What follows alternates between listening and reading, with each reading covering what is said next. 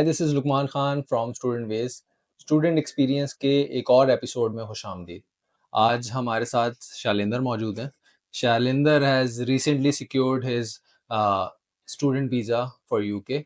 तो आज हम उनकी जर्नी को जान रहे होंगे कि कैसे उन्होंने स्टार्ट किया और कैसे वो यहाँ तक पहुँचे। तो शैलेंदर, कैसे हैं आप? I'm fantastic. What about you? अल्हम्दुलिल्लाह, अल्हम्दुलिल्लाह। थैंक यू यार, thank you for giving us your valuable time. Most welcome. अच्छा, शालिंदर, सबसे पहले ना हम आपकी जर्नी को समझते हैं कि आपने मतलब बाहर जाने का डिसाइड कैसे किया।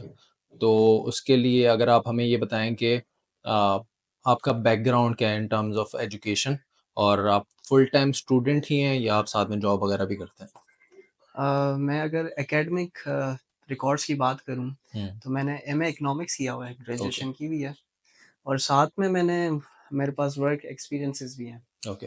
तो मैंने दोनों चीज़ें एट अ टाइम की थी ठीक है। और ये जर्नी मैंने स्टार्ट की थी ऑलमोस्ट 1 और 1.5 ईयर्स अगो। ओके।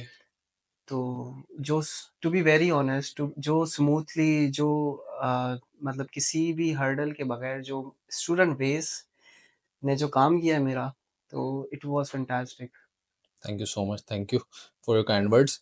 अच्छा, तो ये डिसाइड करना कि आपने बाहर जाकर पढ़ना है, तो ये आपका पहले से था, बचपन से इरादा, या फिर कोई सर्टेन सिनेरियोज की बेसिस पे आपने डिसाइड किया कि नहीं भाई अब मुझे बाहर जाकर पढ़ना है? ये मेरा बचपन से ही था इरादा अच्छा। कि मुझे एक थोड़ा-सा अच्छा लाइफ़स्टाइल चाहिए। हम्म। मैं चाहता हूँ कि मैं ऐसी जगह रहूँ जहाँ रूल्स एंड रेगुलेशंस हो proper right. in terms of any department like educational or any government department। हम्म। और मेरा जो करियर है वो भी एक स्मूथली वे में चले और राइट। जो है मेरी फैमिली और मेरा पर्सनल लाइफ़स्टाइल भी अच्छा हो। तो ये मेरा बचपन से ही है प्री प्लान्ड। सही। अभी जैसे आप यूके जा रहे हैं, तो आपका शुरू से माइंड सेट यही था कि यूके की साइड जाना है, या कोई मल्टीपल कंट्रीज थी कि उनमें से किसी एक में भी हो जाए तो चलेगा? पहले था मेरा यूरोप यूरोपियन कंट्रीज़ में मैंने डिसाइड किया था, लेकिन एट द एंड यूके मुझे अच्छा लगा क्योंकि हम्म। वहाँ के जो टर्म्स एंड कंडीशंस हैं, हम्म। जो एक लाइफ़स्टाइल है वहाँ का। एक तो इंग्लिश कंट्री भी है, हम्म। तो मेरे लिए बेनिफिट है कि मैं इंग्लिश में वहाँ पे काम भी कर सकता हूँ, एजुकेशन भी ले सकता हूँ, हम्म। एक एक डिसेंट लाइफ़स्टाइल स्पेंड कर सकता हूँ राइट। वहीं पे। कि अगर आप इटली या जर्मनी जाते हैं, वहाँ अपॉर्चुनिटीज़ तो अच्छी हैं, लेकिन वो फिर प्रिडोमिनेटली जर्मनी में जर्मन प्रेफर करते हैं, इटली में जो है वो उनकी अपनी। तो राइट, तो ये रीज़न था आपका। अच्छा, तो मतलब ये वैसे ही मैं जानना चाह रहा हूँ कि आपने पहले से डिसाइड कर लिया था यहाँ आने से पहले, या काउंसलर्स ने आपको थोड़ा सा गाइड किया कि आपको इस इन कैटेगरीज की वजह से यूके सेलेक्ट करना चाहिए? अ, आपके काउंसलर्स ने, एडवाइज़र्स ने मुझे ये सजेशन दी कि you should go for UK okay. क्योंकि यूके का प्रोसेस वगैरह सारा स्मूथली और सबसे जल्दी होता है। हम्म।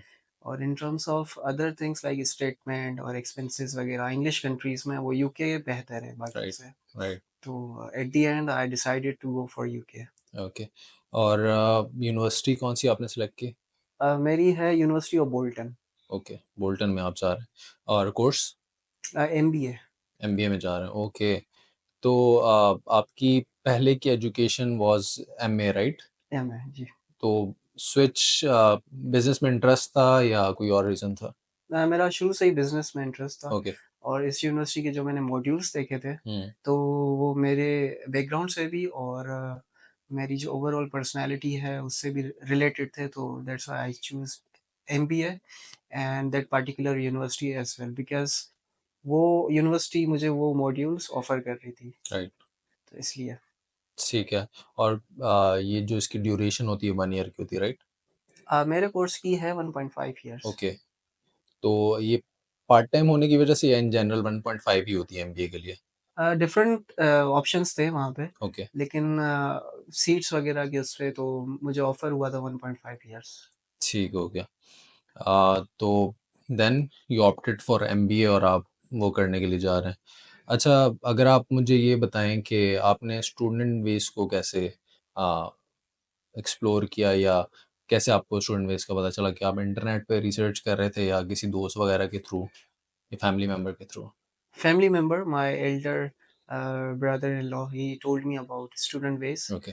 यहाँ पे जो एडवाइजर्स हैं वो काफ़ी सीनियर हैं और वेल नोन हैं, हुँ, तो वो मेरी मदद करेंगे, हेल्प आउट करेंगे चीज़ों को लेके। हुँ। So I came here with the reference of my brother in law.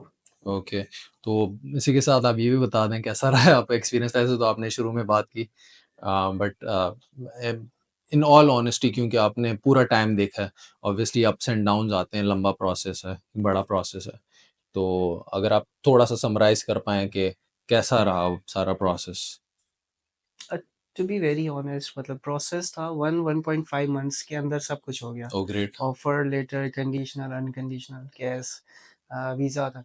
हुँ, ये पूरा प्रोसेस 1 से डेढ़ महीने के अंदर हुआ और सबसे मेन बात ये है कि आपके जो एडवाइज़र्स हैं, वो बड़े पोलाइट हैं और उन्होंने सारे प्रोसेस में जिस तरह केस को हैंडल किया और मुझे भी गाइड किया हर चीज़ को, सिचुएशन को समझा।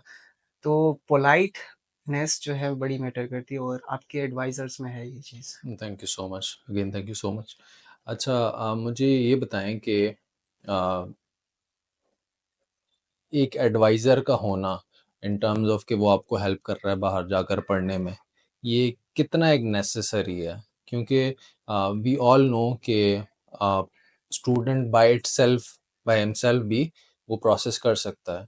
तो एक एडवाइज़र क्या पार्ट प्ले करता है, क्या वैल्यू ऐड करता है कि लोग उस तरफ जाएँ कि एक जैसे कंसल्टेशन फर्म है, एडवाइज़र है, उसकी हेल्प लें टू गेट अ, कि वो बाहर जाके पढ़ सकें आराम से? Well, it's my personal experience. Advisor is playing a essential role. Okay. Individuals या एक स्टूडेंट करता है अप्लाई, लेकिन मेरे जो पर्सनल एक्सपीरियंस है वो ये है कि एडवाइज़र का होना बहुत ज़रूरी है, हुँ, क्योंकि वो उनको पता है क्या प्रोसीजर है, क्या चीज़ें हैं, क्या नहीं है, डॉक्यूमेंटेशंस एंड ऑल। हुँ, तो हम कभी-कभार अगर इंडिविजुअली कर भी रहे हैं तो फँस जाते हैं बहुत सी जगहों पे। हुँ, एडवाइज़र का होना ज़रूरी है, उसको सब पता है और हुँ, आपका केस स्मूथली चल रहा होता है। हुँ, इवन दो आपको कुछ कंट्रीज़ या कुछ यूनिवर्सिटीज़ वगैरह भी आपका जो कंपनी है जैसे स्टूडेंट बेस है, ये आपको जानते भी हैं अक्सर। हुँ, तो हमारा केस इस सेंस में बहुत ईज़ी हो जाता है। राइट। और इसमें एक और अगर मैं एक चीज़ ऐड करूँ कि अगर बाय इटसेल्फ बाय हिमसेल्फ एक बंदा करता है अप्लाई और उसका इवेंचुअली रिजेक्शन आ जाता है, तो दैट इज़ ऑल्सो समथिंग कि वो उसका जो पासपोर्ट है, उससे काफ़ी अफ़ेक्ट हो जाता है। अगर हम किसी एक्सपर्ट से वही चीज़ करवाएँ, तो उसमें चांसेस बढ़ जाते हैं कि आपके वीज़ा अप्रूवल के चांसेस वगैरह बढ़ जाते हैं, राइट? ऐसा ही है, बिल्कुल, ऐसा ही है। मतलब अगर वीज़ा रिजेक्शन आती है, हुँ, तो हमारी पासपोर्ट की वैल्यू इंडिविजुअली बहुत कम हो जाती है। तो बेहतर है एडवाइज़र के साथ काम करें, तो वो आपको वीज़ा दिलवा के ही रहेंगे फिर। Right, right. अ, एक और बार हम रिफ्लेक्ट करते हैं आपकी इस जर्नी पे, जो आपने स्टूडेंट बेस के साथ गुज़ारी, कि ये जो जर्नी थी, इसमें कोई ऐसा मोमेंट जहाँ पर आपको नर्वसनेस हुई हो कि यार अब मुझे लग रहा है कि मसला हो रहा है, थोड़ा टाइम टेकिंग है। वैसे तो आपने कहा कि व विदिन 1 मंथ या डेढ़ महीने में हो गया था। बट कोई ऐसा मोमेंट जो आपको लगा कि यहाँ थोड़ा-सा स्टक हो रहा है और आप थोड़े नर्वस हुए और फिर कैसे उसको ओवरकम वो कैसे हुआ? मेरा आपके साथ एक्सपीरियंस ये है कि मैं बिल्कुल ही रिलैक्स था। ओके। आपके जो एडवाइज़र थे, मेरे जो एडवाइज़र थे, नादिया, मैं बिल्कुल रिलैक्स था। मुझे किसी चीज़ की वैसे तो टेंशन लेने की ज़रूरत नहीं थी, क्योंकि ये एडवाइज़र काफ़ी स्मूथली और हर चीज़ प्रॉपर काम कर रहे थे। राइट। मुझे गाइड कर रहे थे कि ऐसा है, वैसा है, डॉक्यूमेंटेशंस एंड ऑल। तो पर्सनली मुझे ऐसा नहीं लगा, क्योंकि मैं बिल्कुल रिलैक्स था, आपके एडवाइज़र्स थे मौजूद। हुँ, अ, पीटी किया, ओके। ऑफर लेटर, एडमिशंस वगैरह, visa process, bank statement and all, सब हुँ। अल्हम्दुलिल्लाह स्मूथली गया है। अल्हम्दुलिल्लाह। इवेंचुअली शालिंदर अगर आप जो एस्पायरेंट्स हैं जो बाहर जाकर पढ़ना चाहते हैं उनके लिए कोई एडवाइस देना चाहें क्योंकि आपने ऑब्वियसली सारा प्रोसेस देख लिया है और आप तकरीबन 1.5 साल से जाने की कोशिश कर रहे हैं तो उनके लिए एक एडवाइस कॉम्प्रिहेंसिव सी जो कि उनको हेल्प आउट कर सके जब वो अपना प्रोसेस कर रहे होंगे। मेरे ख़्याल से तो जाना चाहिए, एक्सप्लोर करना चाहिए। वहाँ पे इंटरनेशनल स्टूडेंट्स या लोग होते हैं, आपके अंदर कॉन्फिडेंस आएगा। सबसे इम्पोर्टेंट चीज़, आपको एक लाइफ़स्टाइल मिलेगा वहाँ। हुँ, अ, प पर्सनली जाना चाहिए मेरे हिसाब से तो किसी इंग्लिश कंट्री। हुँ, लैंग्वेज बैरियर नहीं आता वहाँ पे, सबसे बड़ी बात है। राइट, यूके हो गया, यूएसए कुछ भी। यूरोप में ये है कि अगर आप जाएँगे तो जॉब्स में थोड़ी-सी हर्डल्स आएँगी because hmm, of language barrier, थोड़ा राइट, समझना मुश्किल होता है। हुँ, बेहतर है कि किसी इंग्लिश कंट्री, और इंग्लिश कंट्रीज़ में मेरे लिए यूके बेस्ट है right, because of their rules and regulations hmm, and the lifestyle over there. Hmm. दूसरा दुनिया का हब समझा जाता है कि आप वहाँ से कहीं भी जा सकते हैं। दूसरी कंट्री में ट्रैवल करना हर चीज़ आपके लिए काफ़ी आसान हो जाती है। यूके एक बड़ा कंट्री है, ऑब्वियस सी बात है, वो जब एक वीज़ा मिल गया तो फिर हुँ, हम कहीं भी जा सकते हैं, हुँ, और उसकी जो डिग्री की वैल्यू है वो हर जगह चलती है। Right, right. Thank you so much for your time again. आपने अपना कीमती वक़्त निकाला हमारे लिए। आप कब कब रवाना हो रहे हैं यूके के लिए? Most probably second week of January. Okay. मुझे बताएँ कि क्या फीलिंग्स थी when you got your confirmation कि यार वीज़ा आ गया कि अब तो बस जाना है? तो वो थोड़ी-सी अपनी फीलिंग्स वगैरह आप बता सकें कि क्या इमोशंस थे उस वक़्त आपके, आपकी फैमिली के? Personally I was so thrilled, और फैमिली भी खुश हुई काफ़ी कि यार चलें, अल्लाह का शुक्र है हुँ, बच्चा जा रहा है बाहर। राइट। तो एक फ्यूचर, एक करियर, हुँ, एक जो लाइफ़स्टाइल है वो अच्छा होने इंशाल्लाह जा रहा है। अच्छा। तो बहुत खुशी हुई, ऑब्वियस सी बात है, जब हम वीज़ा देखते हैं, हुँ, कन्फर्मेशन ईमेल्स वगैरह देखते हैं तो बहुत खुशी होती है। राइट। तो ये है। अल्हम्दुलिल्लाह और बेस्ट ऑफ लक आपके फ्यूचर के लिए। Again thank you so much for your time.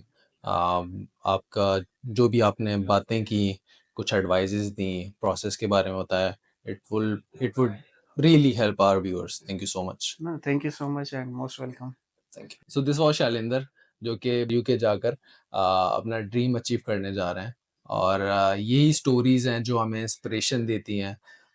ऐसी बहुत सारी और स्टोरीज़ हैं जो कि हम आपके सामने लेकर आते रहेंगे और अगर आप भी बाहर जाकर पढ़ना चाहते हैं then you can definitely contact student base. We would love to help you. Thank you.